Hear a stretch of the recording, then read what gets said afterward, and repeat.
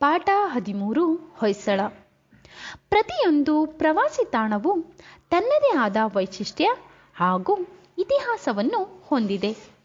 ಆ ದೃಷ್ಟಿಯಲ್ಲಿ ಬೇಲೂರಿನ ವೈಶಿಷ್ಟ್ಯವನ್ನು ಈ ಪಾಠದ ಮೂಲಕ ತಿಳಿಯೋಣ. ಗುರುಗಳೇ, ಅಲ್ಲಿ ಕಾಣಿಸುತ್ತಿರುವ ಊರು ಯಾವುದು?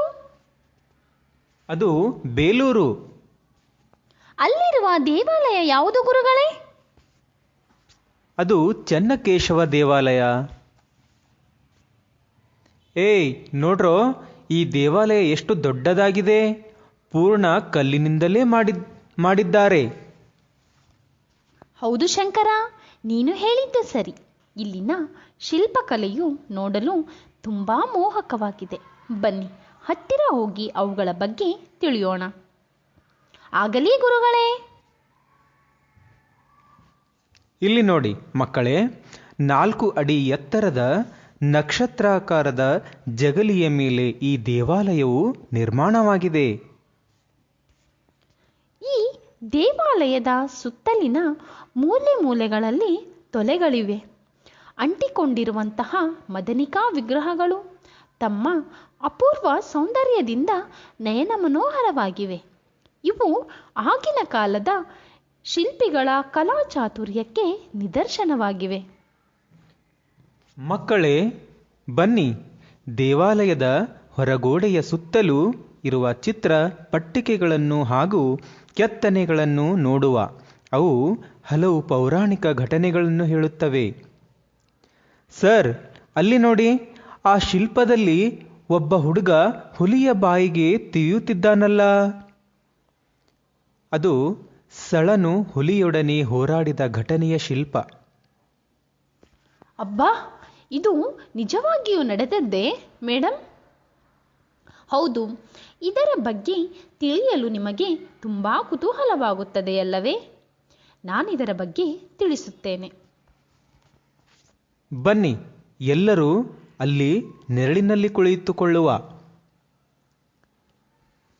ಮೂಡಿಗೆರೆ ತಾಲೂಕಿನ ಅಂಗಡಿ ಎಂಬ ಹಳ್ಳಿಗೆ ಹೊಂದಿಕೊಂಡಂತೆ ಒಂದು ದೊಡ್ಡ ಅಡವಿ ಇತ್ತು.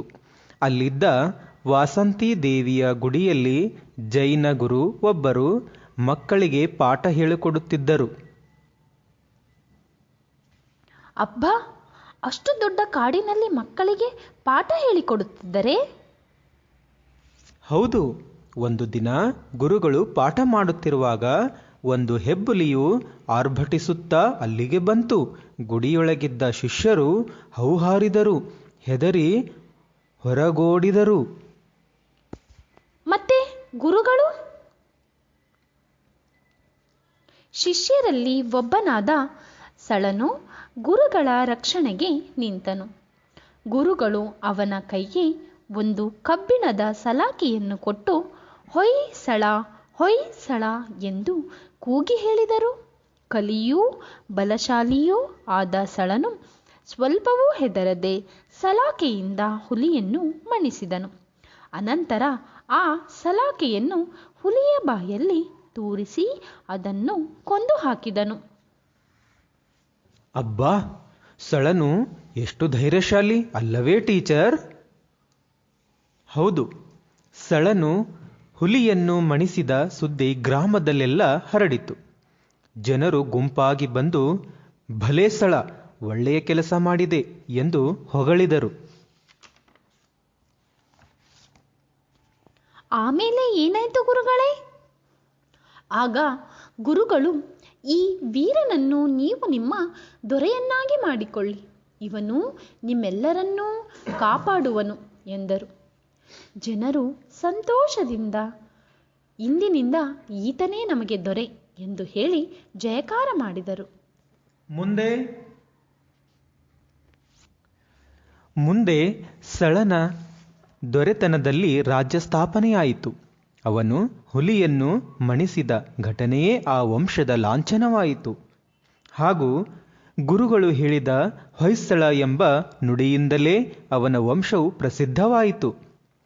ಗುರುಗಳೇ, ಆ ಲಾಂಛನ ಇಲ್ಲಿ ಏಕೆ ಇದೆ?